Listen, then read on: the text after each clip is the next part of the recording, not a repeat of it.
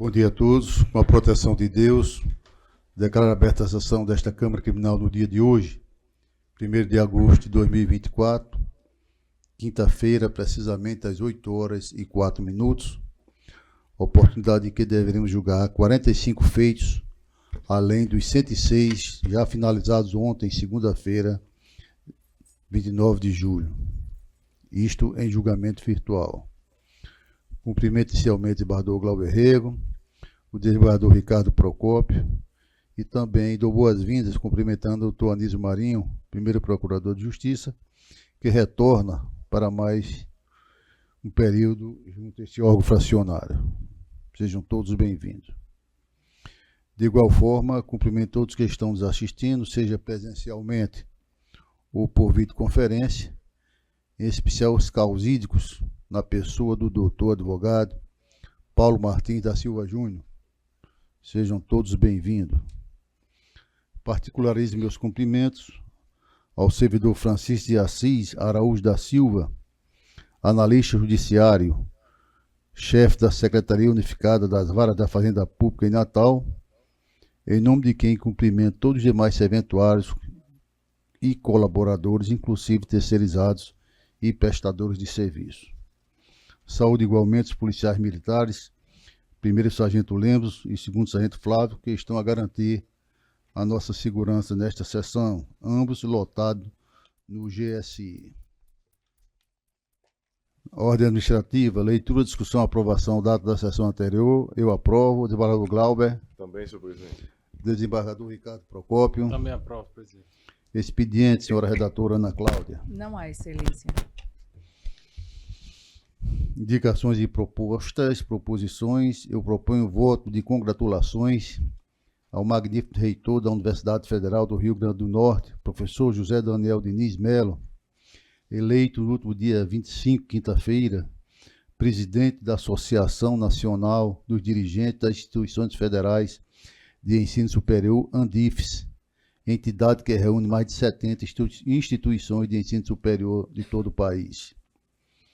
Propõe ainda voto de congratulações à magnífica reitora da Universidade do Estado do Rio Grande do Norte, UERN, professora doutora Cecília Raquel Maia Leite, que será empossada esta semana como presidente da Associação Brasileira de Reitores e Reitoras das Universidades Estaduais e Municipais, ABRUEN, para o biênio 2024-2026.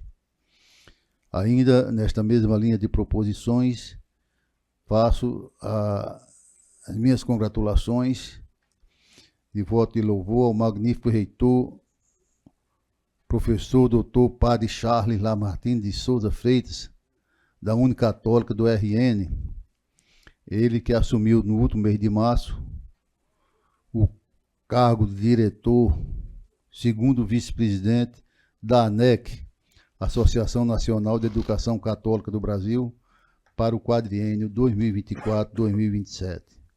Minhas sinceras homenagens aos três magníficos, faz sentido potiguares, né, desembargador, no comando de tão seletas instituições superiores. Parabéns, professor. O Rio Grande do Norte se sente muito regozijado com isso. Propõe ainda votos de felicitações pelo natalício do doutor Anísio Marinho, primeiro procurador de Justiça, que ocorrerá na próxima quinta-feira, 8 de agosto. Já está bem seletivo. Também a senhora Grace do Couto Moura, esposa do desembargador Maurício Moura Sobrinho, que ocorrerá no dia 10 de agosto. Desembargador A.S. Sampaio Marinho e ao desembargador Armando da Costa Ferreira, ambos no dia 13 de agosto. A senhora Nádia Maria de Melo Souza Rebouças, esposa do desembargador João Rebouças, que ocorrerá no dia 21 de agosto. Ao desembargador Dúbio Cosme, em 30 de agosto. E, por fim, a senhora Joselita Rodrigues Nunes Godeiro, esposa do desembargador Rafael Godeiro, que ocorrerá no dia 31 de agosto. Depois submeto à votação essas propostas, certo? Por derradeiro, como proposições, eu ainda proponho agora com tristeza voto de pesar pelo falecimento do senhor Antônio Barreto da Silva, servidor aposentado, chefe da seção de controle interno da ESMARNE, que ocorreu no dia 29 de maio no município de Ponta Porã, no Mato Grosso do Sul, comunicando-se à família lutada. Ribeiro Barreto, uma figura humana maravilhosa, pessoa que trabalhou conosco pela escola, um desempenho fantástico, que infelizmente nos deixa. Então eu apresento esses votos. Passa a palavra ao desembargador Glauber Rego. Senhor presidente, acompanho as proposições formuladas por Vossa Excelência e, em especial, a destacada aí ao reitor da Universidade Federal do Rio Grande do Norte, que conduz uma instituição que tem sido parceira aqui do Tribunal de Justiça. Tem várias realizações e o reitor, o magnífico reitor, o professor Daniel Diniz, tem sido sempre presente nas negociações e não tem poupado esforços no sentido de contribuir com o Tribunal de Justiça do Rio Grande do Norte. Então, parabenizo Vossa Excelência pelas proposições formuladas. Senhor presidente, também parabenizar o nosso procurador aqui, doutor Anísio Marinho, seu natalício, desejando saúde e felicidades. Em especial saúde, né? Com saúde a gente tem uma longevidade aí garantida. E nessa particularidade, senhor presidente, dos natalícios, tem um magistrado que agora sexagenário, né? Doutor Roberto Guedes, aniversariou ontem, então fazer uma proposição aqui de congratulações à Sua Excelência. Doutor Roberto Guedes, que em várias oportunidades já substituiu aqui gabinetes aqui no Tribunal de Justiça e é um magistrado bastante querido na magistratura. E ainda nas proposições, no dia de hoje, tem o lançamento do livro do Procurador do Estado, Dr. José Marcelo Ferreira Costa. Tive a honra de, na graduação, ser seu colega de sala, e o José Marcelo vai estar lançando o seu livro Compensação Ecológica, Modalidades, Fundamentos e Conceitos. Ele que tem sido um procurador destacado nessa área de direito ambiental, né? E é um estudioso da matéria e lançará o seu livro hoje. Deixa eu dar detalhes aqui do local.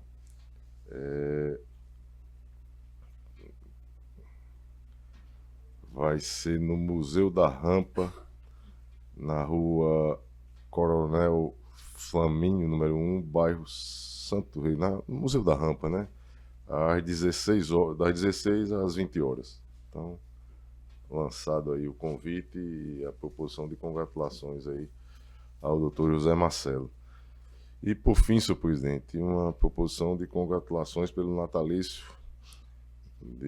da senhora Meire Lúcia Rosado da Costa Saraiva, a primeira dama aqui da Câmara Criminal, né? Da esposa de Sua Excelência, o nosso presidente, e que ocorrerá agora no dia 22 do mês em curso, que ocorreu já, né? Não vai ocorrer, desculpa, hoje é dia 1º. Vai ocorrer no dia 22. Então, certamente teremos festa, não é isso? Aguardo o convite, viu? Então, já pronto. Então, parabéns aí. E é isso, senhor presidente.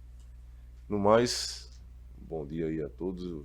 Era para ter destacado no início, né? Os advogados aqui presentes, doutor Eduardo Pinheiro, que nos honra aqui com a presença hoje. Bem-vindo, doutor Eduardo. Servidores e... é isso, senhor presidente. Eu me somo, inclusive, a proposição feita por Vossa Excelência e cumprimento, do mesmo modo, o doutor Eduardo, que prontamente nos atendeu. Agora, indicações de proposta, passa a palavra ao desembargador Ricardo Procópio. Presidente, quero iniciar dando os parabéns ao doutor Anísio, né, que de todos os aniversariantes está presente, dando as boas-vindas ao querido colega, inclusive de concurso, doutor Eduardo Pinheiro. Seja bem-vindo. E não só aprovo, presidente, todas as proposições merecidas, como quero subscrever uma das proposições de Vossa Excelência, que é a proposição relativamente ao magnífico reitor, professor Daniel Diniz, reconhecido no cenário local e hoje nacional, no mundo acadêmico, e por sua correção, por sua destacada competência e pela pessoa extraordinária que é, quem conhece sabe disso. Para além de todos os outros predicados que foram ressaltados pelo desembargador Glauber. Então eu faço questão de subscrever a proposição com Vossa Excelência. Acho que a Câmara poderia subscrever. Exatamente, desembargador, que Vossa Excelência permitir, também gostaria de subscrever. O Daniel é uma pessoa querida e aqui por todos nós. E menos por ser querido, e muito mais pelo valor incomensurável que tem para o Rio Grande do Norte. E gostaria de subscrever também a proposição do desembargador Glauber, representando todos os aniversariantes, do juiz Roberto Guedes, nosso Guedão, que compartilhou comigo os bancos da escola, da faculdade, principalmente os da vida, né? Somos colegas de concurso também e amigos fraternos.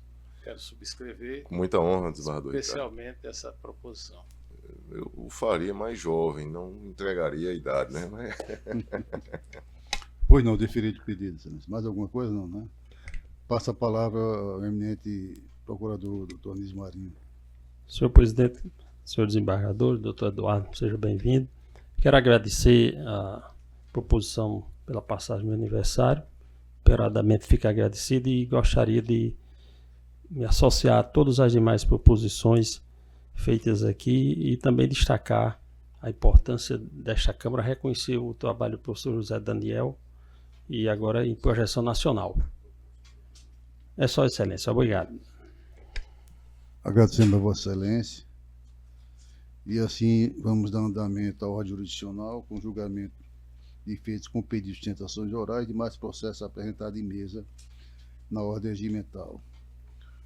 O primeiro a ser julgado é o número 1 da pauta, embargo de declaração em habeas corpus 081, 4204, 81, 2023. Embargante Ministério Público, embargado NMAG, advogado Dr. Alan Clay Pereira de Almeida. Relator, desembargador Ricardo Procópio. Em face da minha suspensão, eu passo a presidência do trabalho ao desembargador Glauber Rego. Assumo a presidência e o processo já apregoado. Eu indago do relator se o processo está em mesa. Em mesa, presidente. Processo em mesa, Vossa Excelência tem a palavra. Tratando-se de embargo de declaração, eu vou fazer a leitura da ementa apenas e qualquer esclarecimento eu estarei à disposição dos colegas. Penal processual penal, embargo de declaração, insurgência ministerial contra acórdão que revogou a prisão preventiva do paciente com a aplicação de medidas cautelares diversas. Alegada omissão, não ocorrência, apreciação dos pontos necessários, inexistência de qualquer das hipóteses previstas no artigo 619 do CPP, revogação da preventiva amparada na falta de indicação de elementos concretos e justificadores da prisão, motivação incapaz de demonstrar a periculosidade da paciente, embargos conhecidos e desprovidos. O que ressalta aqui é que a matéria agitada nos embargos foi bem apreciada, foi discutida, foi debatida no julgamento da apelação. E vem o Ministério Público querer revolver, rediscutir a matéria para obter resultado diverso. E por isso, presidente, eu estou conhecendo e negando provimento aos embargos. Só um detalhe, presidente. Pois não. Eu sabia que tinha um detalhezinho aqui que eu não estava lembrando. Há um pedido avulso que foi atravessado, uma petição, para que um corréu fosse beneficiado da concessão feita no julgamento do habeas corpus, invocando o impetrante, o disposto no artigo 580 do Código de Processo Penal. Eu não estou conhecendo da petição.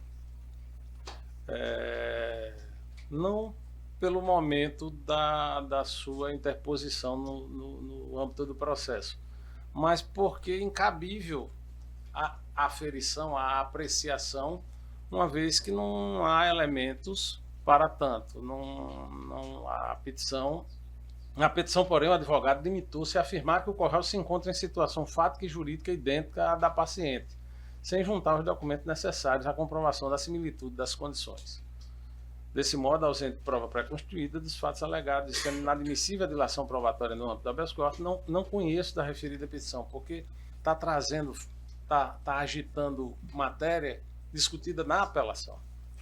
Então, por isso, eu não estou conhecendo da petição avulsa que foi interposta. Perfeito. É assim que estou votando. Perfeito, acompanho Vossa Excelência em todos os seus termos e passo a palavra ao Dr. Eduardo Pinheiro para saber de Vossa Excelência como vota.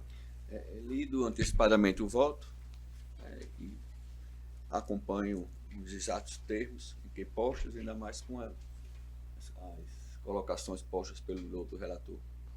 Perfeito, proclamo o resultado. Processo julgado à unanimidade nos termos do voto do relator. Devolvo a presidência ao embargador Saraiva Sobrinho, agradecendo aqui a participação do Dr. Eduardo Pinheiro. Reassumo a presidência e agradeço ao Dr. Eduardo pela atenção, viu? Muito obrigado, Excelência. O seguinte é o número 7 da pauta da relatoria do desembargador Glauber Rego, apelação criminal 0800-725-88-2023. Apelante ASDN, advogado Dr. Paulo Martins da Silva Júnior, apelado Ministério Público. Em mesa, Excelência? É o número 7. Em mesa, senhor presidente.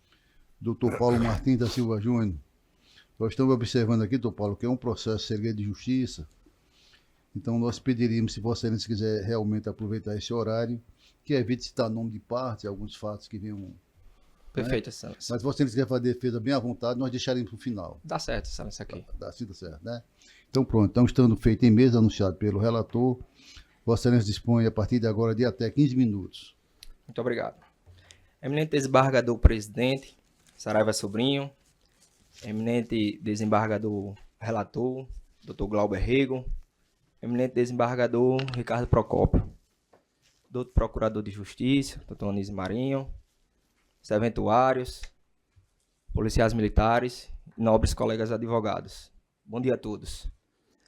Excelências, irei me ater a algumas questões de fato e de direito.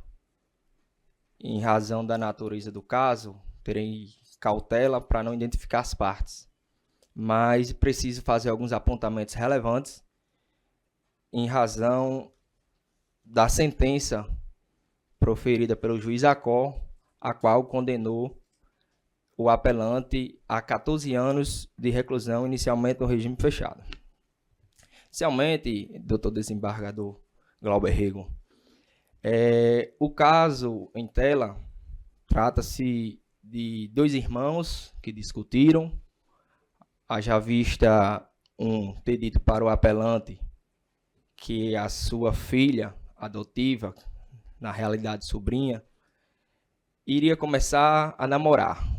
Tivesse cuidado. De pronto, o apelante, chateado, retrucou e disse: cuidado, que você tem duas filhas e já já elas começam a namorar. Passado algum tempo, cidade pequena, interior, vila de pescadores, e aí o apelante vai a uma festa.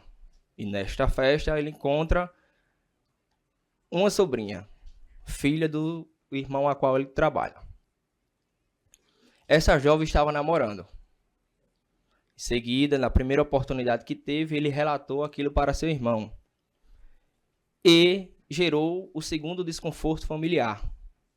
Seu irmão, assim como nós pais, repreendeu a jovem devido à pouca idade, disse que ainda não era o momento, e aquilo causou inresignação àquela suposta vítima, a qual irei intitulá-la de SV1. E a jovem disse, desembargador Saraiva, que na primeira oportunidade em que tivesse, iria prejudicar o apelante. Assim que ela atingisse a maioridade e ingressasse no mercado de trabalho. O que chama a atenção, desembargador Procópio, é que com pouco tempo após atingir a maioridade e ingressar no mercado de trabalho, houve uma delação de um crime, de um suposto crime. A irmã da SV1 estava na casa da sua tia e começou a dançar, jovem, muito nova, e daí pegou um frasco, um desodorante, passou na sua barriga, nas suas partes íntimas, o que foi reprimido ali de pronto pela tia. E o que é que acontece?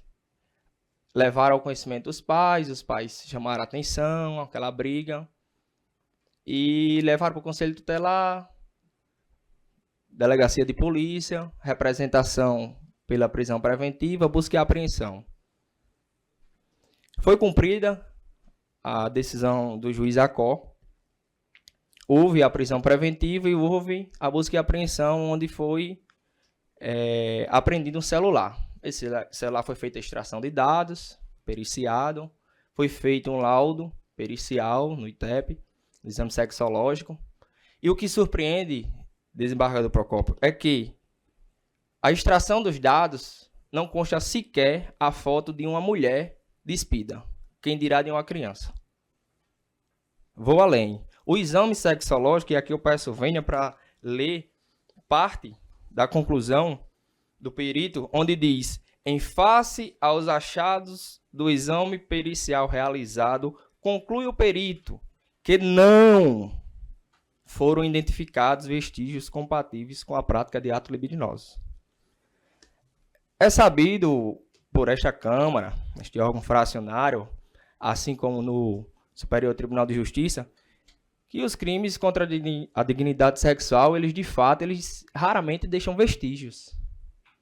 Mas esta Câmara tem um entendimento, assim como do STJ, que a palavra da vítima tão somente não deve ser suficiente para uma condenação. E uma condenação, desembargador Procópio, de 14 anos de reclusão. Não há elementos probatórios para uma condenação de 14 anos. Desembargador Glauber, o máximo que nós temos aqui é uma dúvida, se de fato houve a autoria e a materialidade do delito. As testemunhas arroladas, todas pelo parquete ministerial, elas foram uníssonas em dizer que não presenciaram nada, que não viram nada. E vou além. Uma das testemunhas, em sede policial, assim como na instrução criminal, disse que ouviu da boca da SV1 que iria prejudicar, sim, o apelante na primeira oportunidade que tivesse. Isso foi dito em sede policial, isso foi dito na instrução criminal, foi ratificado pelo apelante, e isso foi testemunha arrolado pelo Ministério Público. Não foi arrolado por esta defesa. Não é esta defesa que está dizendo isso. Este causíquio se prende à realidade dos fatos, assim como Vossas Excelências. E não há nenhum elemento robusto que possa corroborar com a natureza imputada ao apelante. Excelências, nós estamos diante de um apelante que é um homem íntegro. Não bebe, não fuma, não usa droga, sequer pisou numa delegacia de polícia para fazer um boletim de ocorrência. Vou além. É uma pessoa que este causídico conhece e ao chegar naquele município, as pessoas me indagam. E aí? E o fulano de tal? Quando é que vai haver o julgamento dele? O que é que vai acontecer com ele? Um cara tão bom. Não há quem creia aqui nesta comunidade que ele fez isso. Foi simplesmente, desembargador Procópio, uma desavença familiar. A jovem resignada, ela provavelmente induziu a sua irmã a relatar aquilo.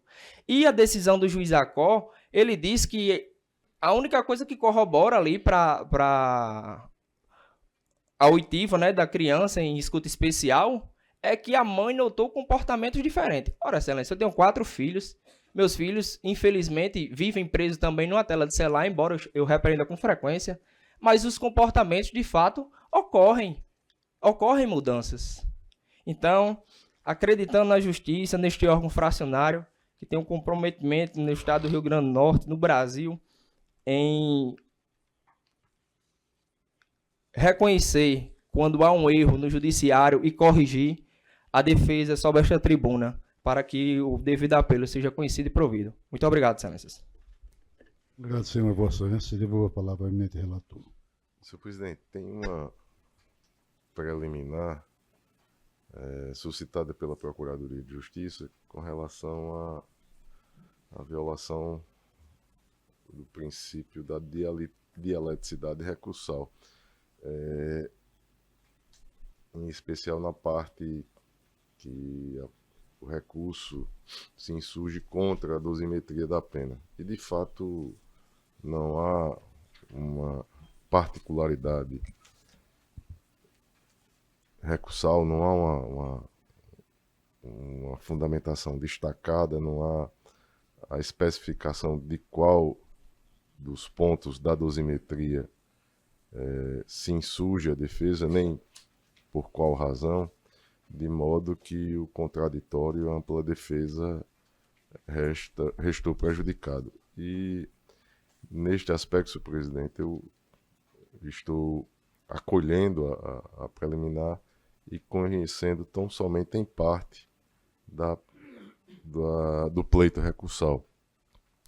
Obviamente, sem que isso traga prejuízo em caso de se observar a ilegalidade flagrante, refazer aí a dosimetria de ofício.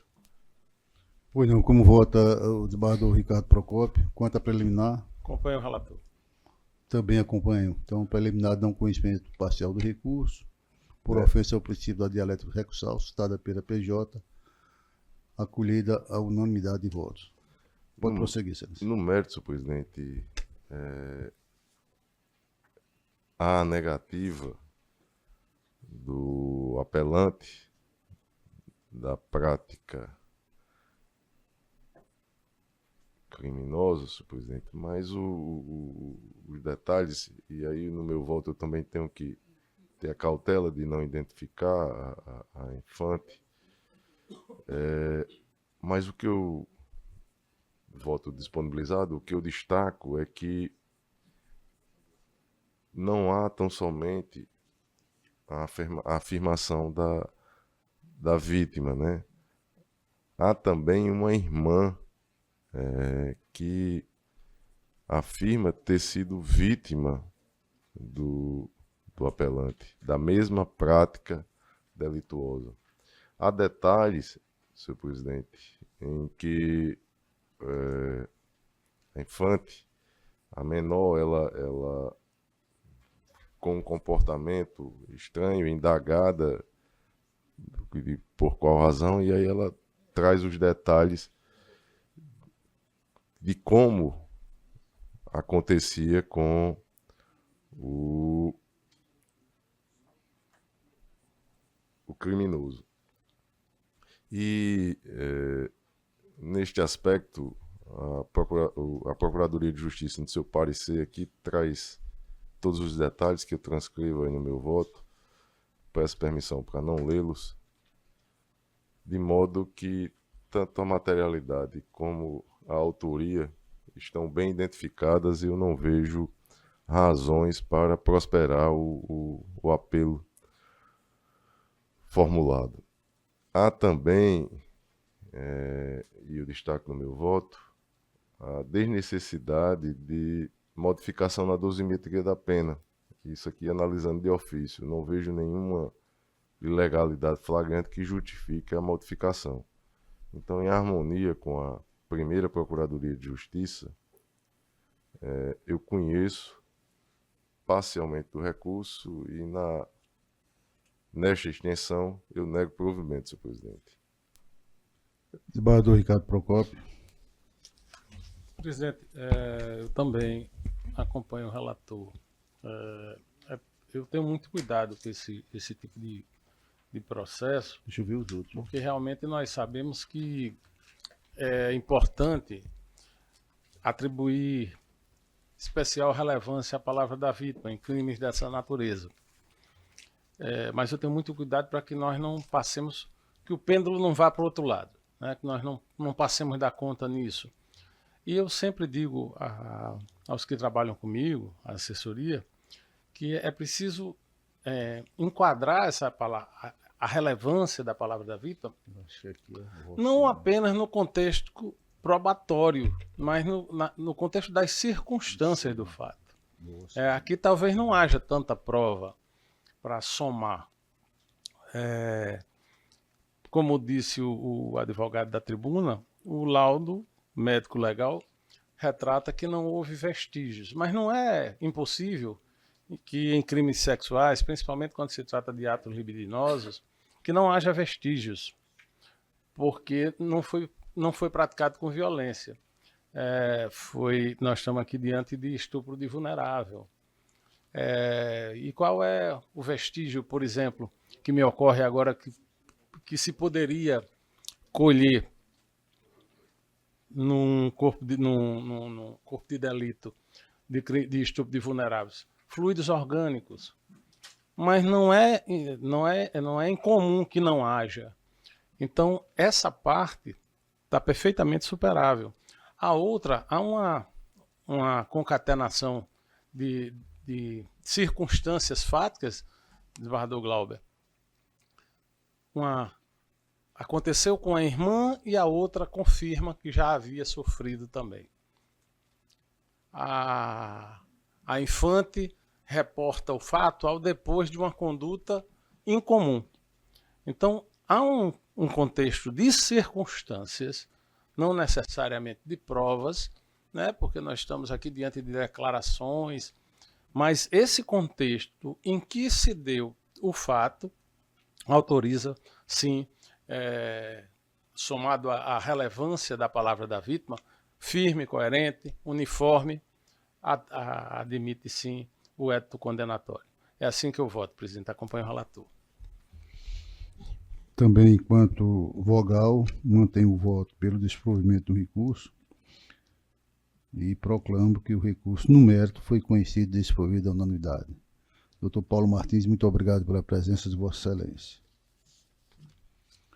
O seguinte é o número 3 da pauta, da relatoria do desembargador Ricardo Procópio, apelação criminal 080 40 42 25 2024.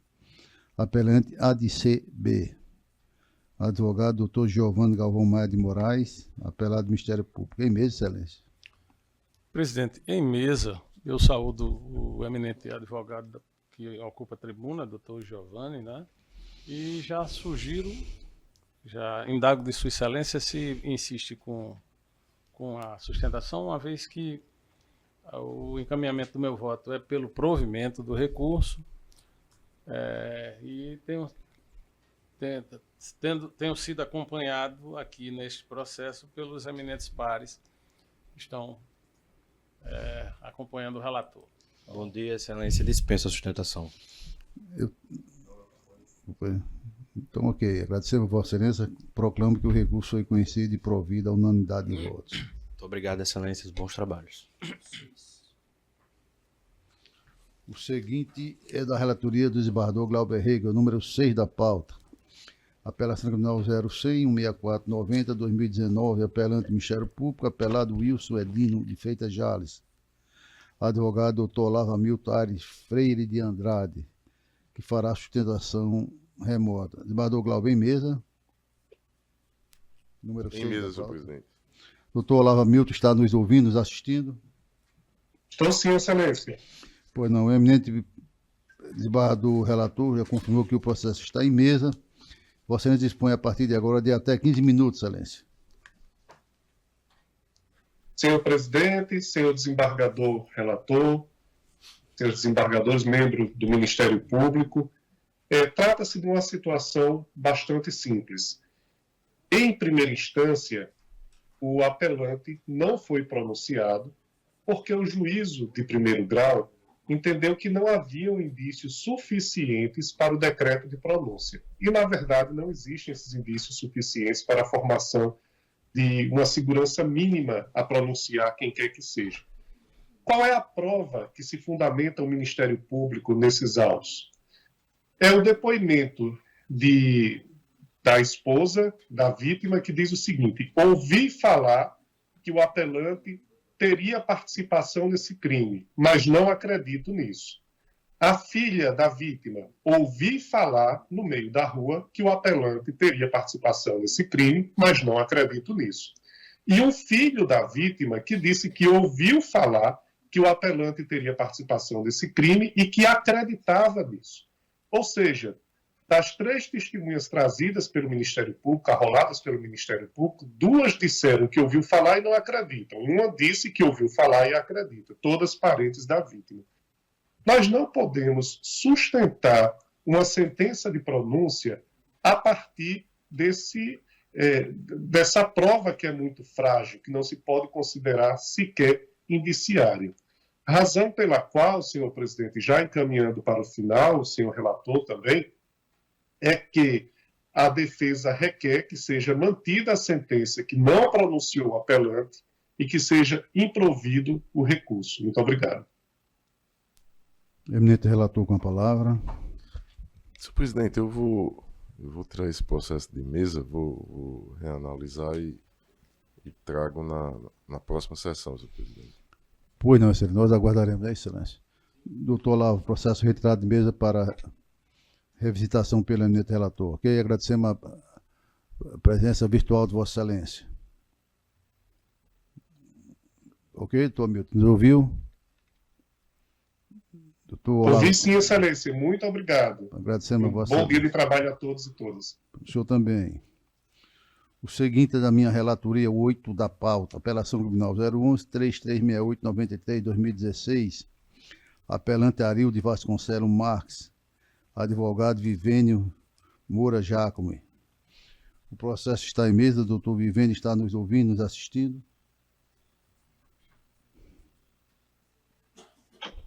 Bom dia, sim, excelência.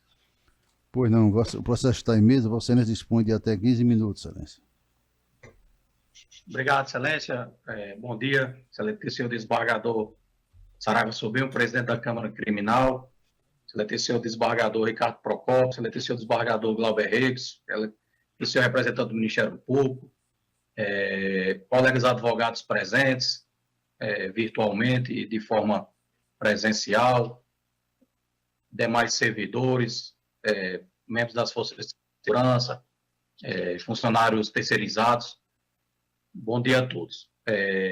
Excelências, o apelante, o Arildo de Vasconcelos, ele foi condenado em sessão do Tribunal do Júri, nos termos do artigo 121, parágrafo 2º, incisos 2 e 4, sendo a adesão dos jurados, excelências, categoricamente, manifestamente, contrária à prova dos autos, razão pela qual ele, inconformado com essa decisão, interpôs o presente recurso de apelação.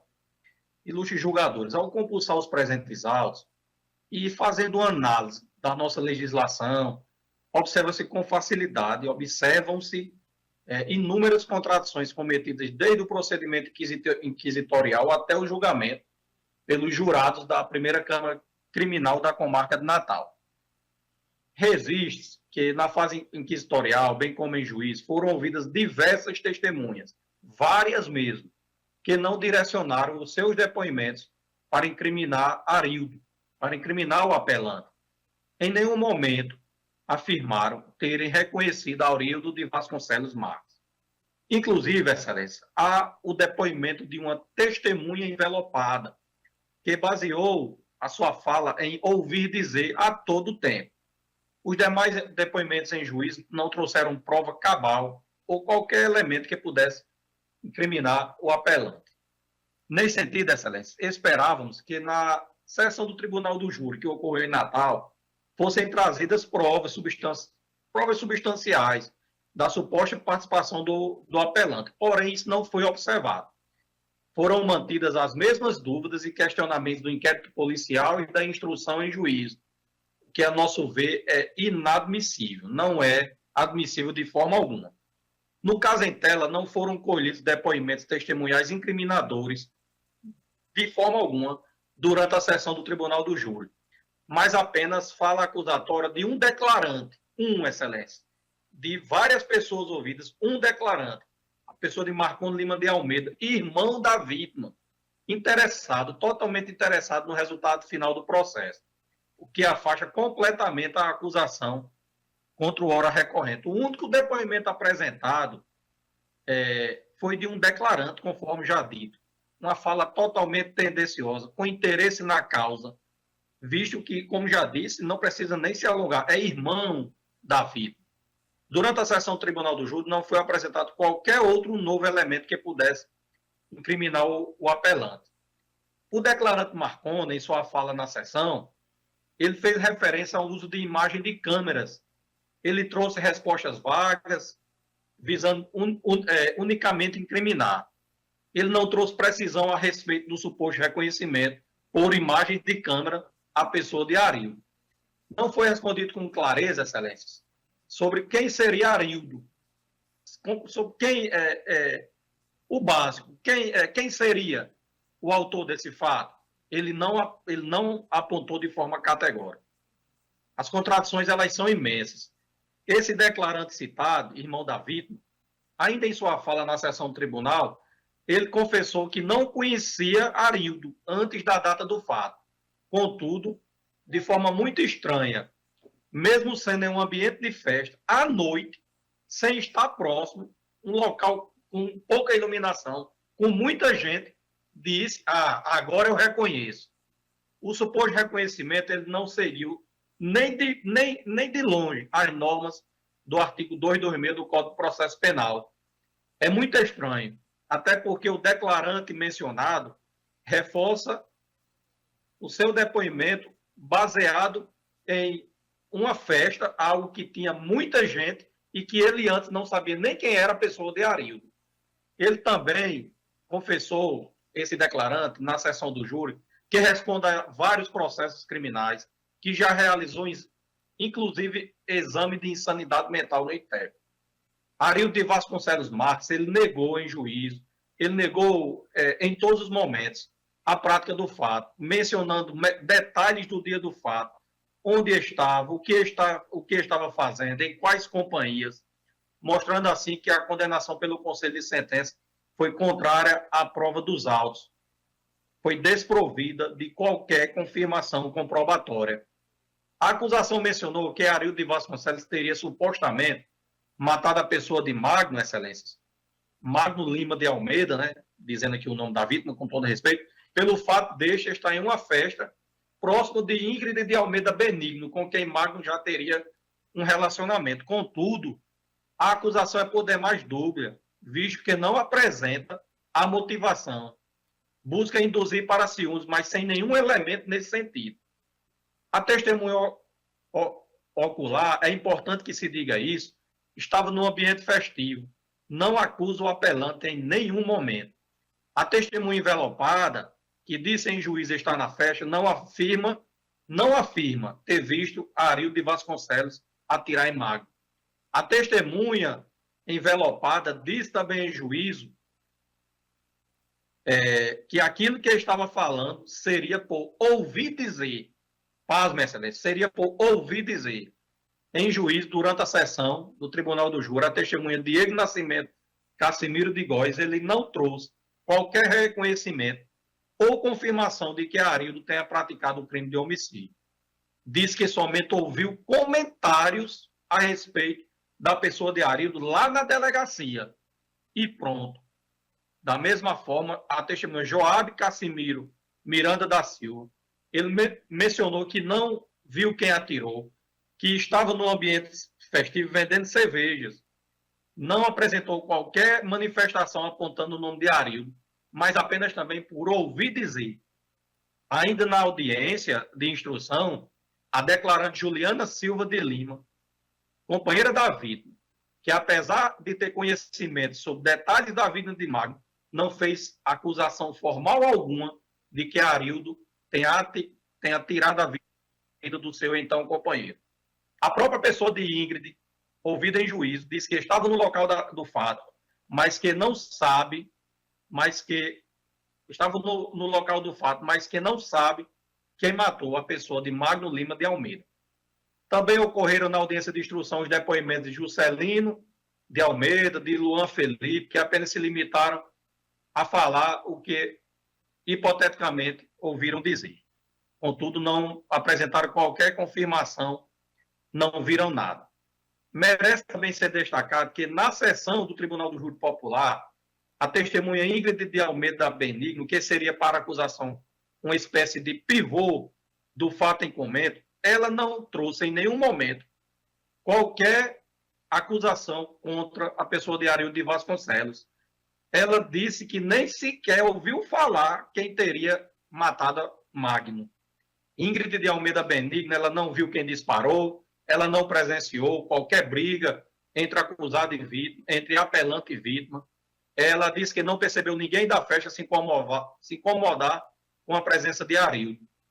Da mesma forma, ela também disse que ninguém comentou o nome de Arildo no momento do fato e que em nenhum momento viu Arildo de Vasconcelos em luta corporal no momento do homicídio com a vítima. Da mesma forma, Ingrid de Almeida negou de forma categórica as palavras da testemunha envelopada, que diziam respeito à sua pessoa de Ingrid. Ela disse, isso que a testemunha envelopada está falando sobre mim não é verdade.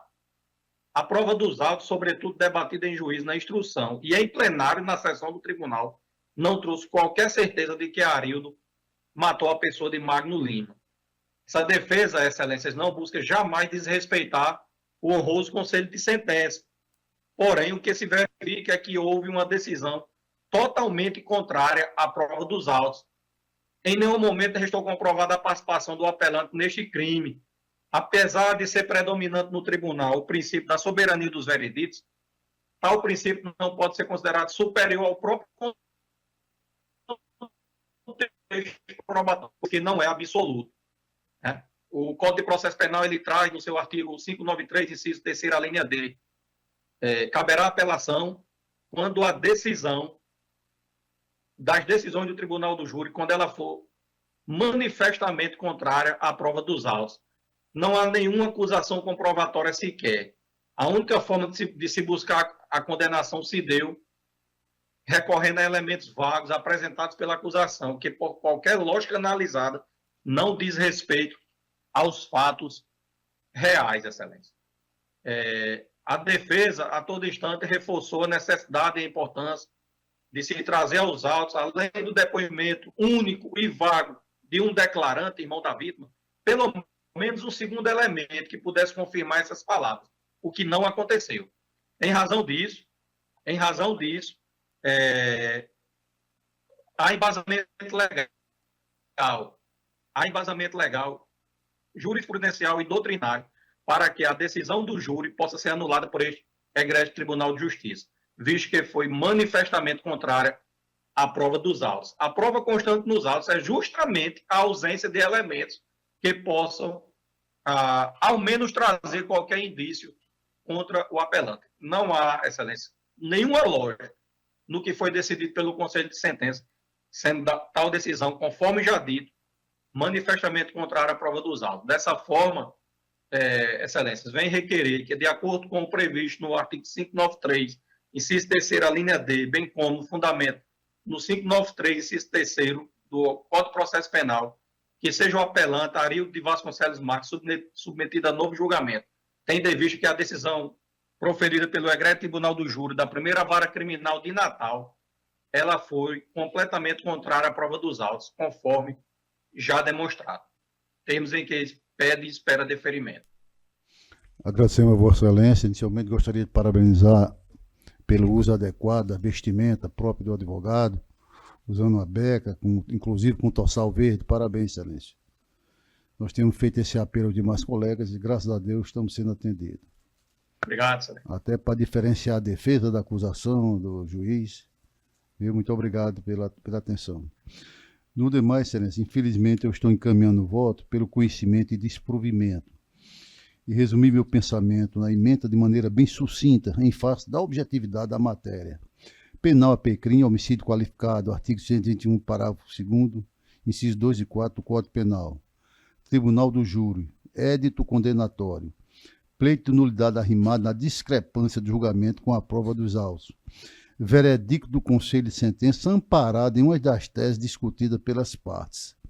Inexistência de argumento substancial para se declarar a ineficácia do julgo popular. Deciso mantido, conhecimento e desprovimento.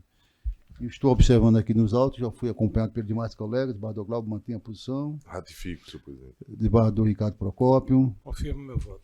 Pois não, então recurso conhecido e desprovido. Doutor Vênia, agradeço pela presença de Vossa Excelência mais uma vez nesta corte. Obrigado, excelência. Bom dia a todos. Bom dia, Excelência. O seguinte é da relatoria do desembargador Ricardo Procópio, é o número 5 da pauta. Apelação criminal 010-7857-12-2019, apelante Matheus Luiz Oliveira Mendes, advogado doutor Ian Galdino Alves. Está em mesa, Excelência? Processo em mesa, presidente. Doutor Ian Galdino Alves está nos ouvindo, nos assistindo? Perfeitamente, excelências. Doutor Ian, o eminente relator já anunciou que o processo está em mesa e, em razão disso, Vossa Excelência dispõe de até 15 minutos para a sustentação. Perfeito, excelências. Excelentíssimo senhor, desembargador, relator Ricardo Procópio, além da Câmara Criminal, doutor procurador, colegas advogados e demais presentes. Desde já, excelência, eu peço vênia e já me desculpo pela ausência da beca do advogado, mas isso aconteceu de forma excepcional. Obrigado, Excelência, pela atenção. Com certeza a gente compreendi, a Câmara compreendeu, Vossa Excelência. Muito obrigado. Trata-se aqui de um roubo cometido pelo agente e a defesa não se insurge em relação à alegação de não cometimento do delito. O delito foi cometido e vale salientar com os produtos restituídos à vítima ainda em sede de investigação. Teve-se a condenação de uma pena de 3 anos, 11 meses e 15 dias de reclusão e, de início, a defesa informa que tem 2 requerimentos a ser feito e presentes na razão do recurso de apelação, que seria a fixação da pena em seu patamar mínimo legal, que no caso seriam de 4 anos, e também o reconhecimento da minorante de participação de menor importância. De pronto, em relação ao primeiro pedido, a análise do caso e a regra do processo penal é a análise subjetiva do caso. Deve ser feita a análise subjetiva, assim, de modo geral, nas circunstâncias judiciais. Houve o conhecimento e foram favoráveis ao réu todas as circunstâncias judiciais, com exceção da culpabilidade. De fato, houve o concurso de pessoas, mas, conforme o entendimento, inclusive, deste tribunal apresentado nas razões de apelação, não pode... somente o fato de haver o concurso de pessoas não seria razoável negativar essa culpabilidade. A pena base, no caso em comento, a defesa entende que pode ser feita e deve ser feita em seu patamar mínimo legal. Até porque, conforme já mencionado, todas as outras circunstâncias judiciais foram favoráveis. E no caso em comento, trata-se de alguém que tenta se redimir desde a fase de investigação. É um rapaz jovem, à época ainda mais jovem, abaixo de 21 anos, foi um rapaz que tentou se redimir, contribuir com as investigações, esteve à disposição da justiça, nunca mais cometeu crime, não houve reiteração delitiva por parte do réu, trabalha, tem carteira assinada, abriu uma pequena empresa com a mãe, e por isso reitera-se que somente o fato de haver concurso de pessoas não seria razoável para que a culpabilidade fosse vista como negativa. E, por isso, requer, desde já, que a pena base seja fixada em seu mínimo legal.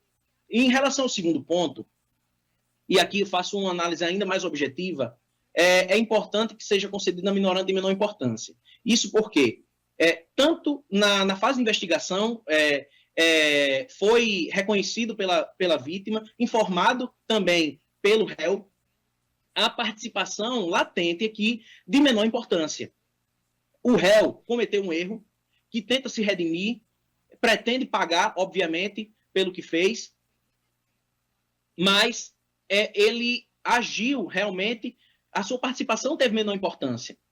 Ele tão somente ali não teve condições de desistir daquela situação, nunca mais teve contato com essa pessoa e na hora, sua única conduta foi conduzir a motocicleta, o que poderia também ter sido conduzida pelo Correio. E com isso eu quero dizer que sua presença no crime não foi imprescindível. O crime teria acontecido ainda que ele não estivesse presente. Por isso, há participação de menor importância, o que corrobora também as palavras da vítima, no sentido de que ele somente estava presente e quem agiu com violência foi o Correio. O réu que defendemos nessa oportunidade, o réu Matheus, ele não agiu com agressividade, pelo contrário, estava nervoso e somente conduziu com dificuldade aquela motocicleta. Então, portanto, pede-se o conhecimento e provimento da presente apelação para que seja reformada a sentença de primeiro grau e concedido e fixada a pena em seu patamar mínimo legal, que é de 4 anos, bem como com o reconhecimento da minorante, né, a participação de menor importância, em seu patamar máximo de 1/3, correspondente a 1 ano e 4 meses. Então, pede-se deferimento e um bom dia a todos. Agradecemos a Vossa Excelência e devo a palavra ao eminente relator. Obrigado, presidente. Eu saúdo o doutor Ian Galdino, que ocupou a tribuna, mas a orientação do meu voto é pelo desprovimento do recurso. São 2 pontos apenas, como Sua Excelência salientou na sua sustentação. O que fez o MM juiz sentenciante foi alterar a posição topográfica da majorante prevista no parágrafo 2º do artigo 157 do Código Penal. Fato que é reconhecido pelo STJ como legítimo. A majorante pode ser apreciada em qualquer das 3 fases. Eu cito um precedente da relatoria, salvo engano, do ministro Ribeiro Dantas. Então, o excelentíssimo juiz sentenciante, penso que até para atender a essas características do acusado que foram exaltadas da tribuna, ele considerou o concurso de agentes na primeira fase da dosimetria e exasperou a pena um pouco, considerando negativa as circunstâncias do crime. E eu digo aqui, faço uma submenta, dizendo o seguinte: é possível que a majorante seja considerada em qualquer das fases da dosimetria da pena. Na verdade, caso as circunstâncias do crime, entre aspas, tivessem sido reputadas favoráveis ou neutras, utilizando-se o concurso de agentes à guisa de majorante na terceira fase da dosimetria, o aumento seria, no mínimo, de 1/3 da pena base em prejuízo do próprio apelante. De modo que a postura do magistrado de primeiro grau foi perfeita, a meu juízo. Com relação ao segundo ponto suscitado da tribuna, que pretende aumentar a incidência da minorante de menor participação, também acho que acertou o juiz de primeiro grau. A participação não foi de menor importância. E eu ressalto aqui, o apelante, embora não tenha anunciado o roubo ou agido com violência, foi responsável por conduzir a motocicleta que utilizou com o seu corréu para a prática do fato. Logo, não há como concluir que a sua atuação foi desimportante, especialmente porque ele teve o completo domínio do fato e poderia, sozinho, tê-lo evitado. Então, presidente, com essas considerações, é assim que estou votando pelo desprovimento da apelação. Enquanto o revisor mantém um voto acompanhando Vossa Excelência, e estou observando o sistema de Bador Glauco também no mesmo sentido, não é isso, Excelência? Isso, ratifico, senhor presidente. Pois não, então o recurso coincide e desprovido da unanimidade. Doutor Iran Galdino, muito obrigado pela presença de Vossa Excelência nesse órgão. Obrigado, Excelências. Um bom dia a todos. Bom dia. O seguinte é o número 4, da pauta também da relatoria do desembargador Ricardo Procópio. Apelação criminal 0.09166/2020. Apelante Carlos Magno do Nascimento Gomes, advogado doutor José Wilma de Medeiros Costa. Em mesa, Excelência. Em mesa, presidente. Processo em mesa, doutor José Wilma de Medeiros Costa. Está nos ouvindo, nos assistindo? Não se encontra. Então pode prosseguir o julgamento. Pois não. Rapidamente, eu vou ler a emenda, caso haja necessidade de... Inclusive você está sendo acompanhado pelos demais, Pelo viu? demais, né? É. Então, Se você não quiser é pelo evitar, desprovimento. pronto, então, do Glauber. Então, recurso coincide desprovido à unanimidade.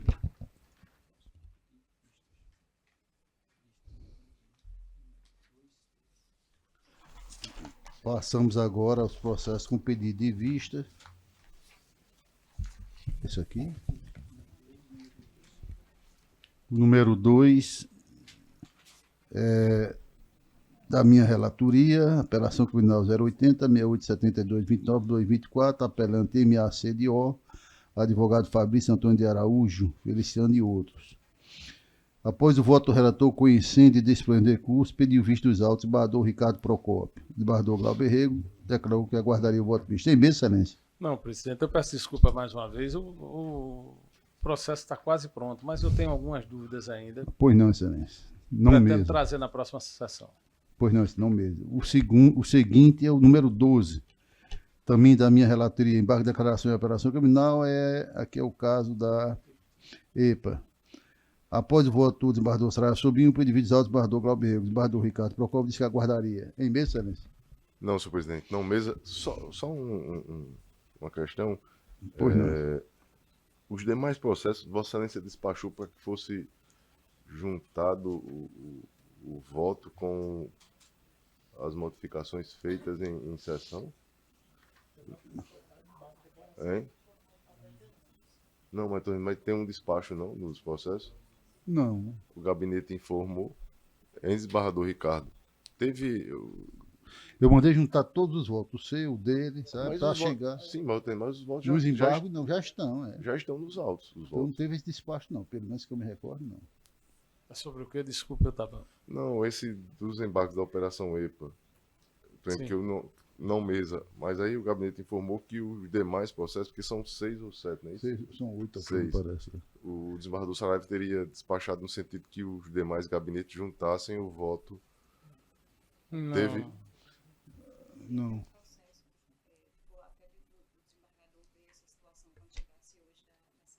Que foi para juntar o voto. Porque exatamente isso que eu queria dizer, porque o meu voto está lá, tá nos autos.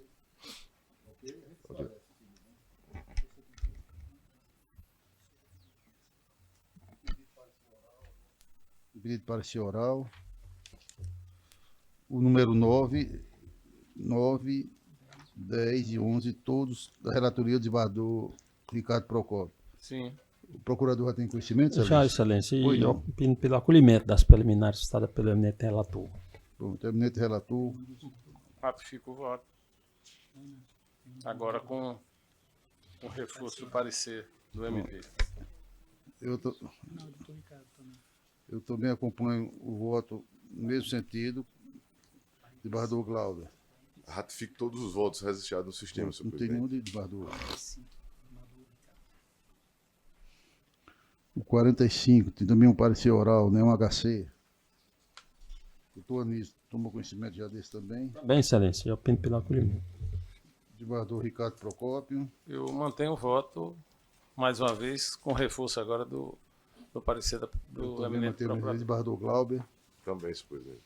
Nos demais, eu mantenho os votos acompanhando o desembargador Glauber e o desembargador Ricardo. O desembargador Glauber como mantém também os Isso, votos ratifico avançados, todos os que ratifico. estão registrados no sistema. Igualmente, ratifico os votos que já lancei no sistema, presidente. Ok, então, votos. Procuramos no sentido dos votos já lançados. Bom, não havendo mais processo em mesa, antes de encerrar a sessão, eu quero comunicar que a nossa próxima reunião ocorrerá no dia 13 de agosto, terça-feira, 8 horas. Ok? Perfeito. Desembargador Glauber, 13, terça-feira. É na terça da outra semana. Ah, perfeito. Foi até aquele recuo. Exatamente, perfeito, senhor Na presidente. próxima semana não haverá. Não haverá. Então, somente a sessão virtual, ok? Em razão do compromisso institucional de Vossa Excelência.